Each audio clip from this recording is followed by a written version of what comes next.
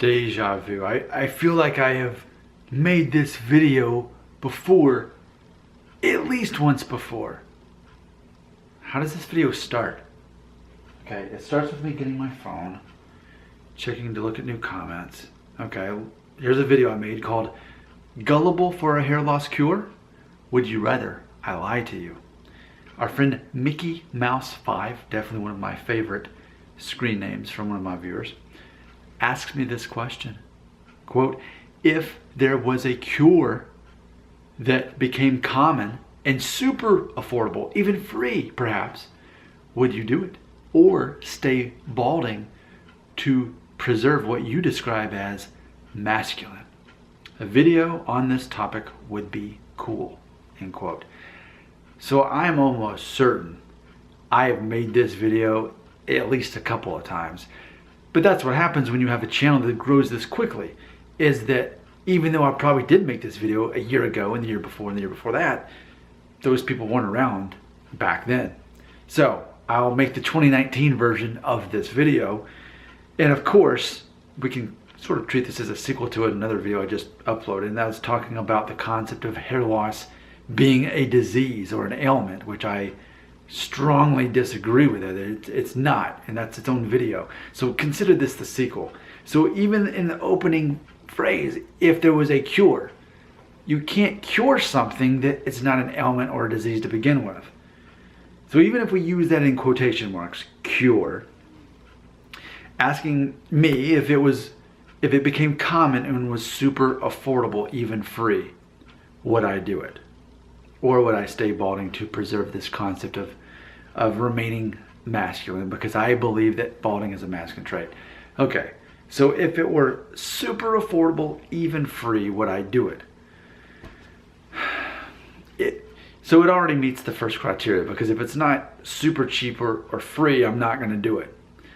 So with that being said, we've taken that off of the barriers. So my next question is, yeah, but what about side effects? Because we already know that pretty much any solution, let's use that word, any solution to hair loss has its own side effects. If you do some kind of drugs to try to stop hair loss, it may cause problems in other parts of the body.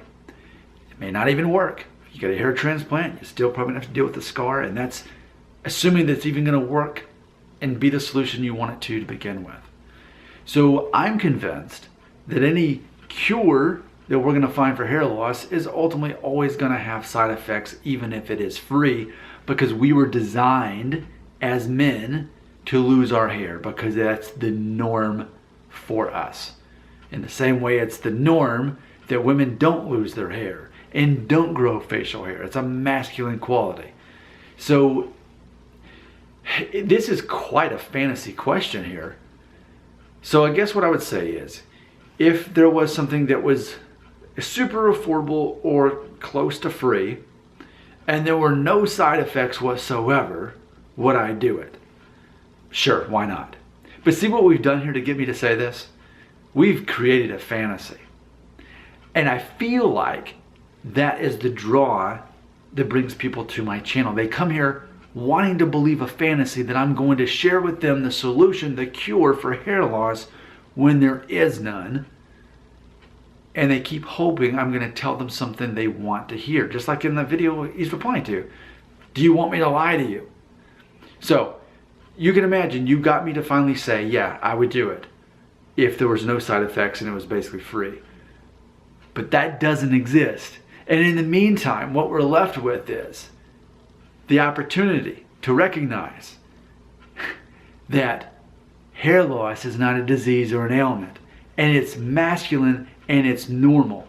And if we live a whole life hoping that we won't lose our hair, that we won't go bald, then we've wasted a lot of time, energy, and possibly money to hold on to something that is so natural. So my answer is yes, but there's an asterisk next to it. And the description below is so beefy, there's so much there to it, that it outweighs the fact that I actually said yes. I am Nick Schell. I am the living legend of hair loss, and that is my response. That is my truth versus fact. truth versus fact. We want to make so many things facts when really they're our personal truths. That is my personal truth. What is your personal truth? Do you know where it belongs? Right here in the comments section.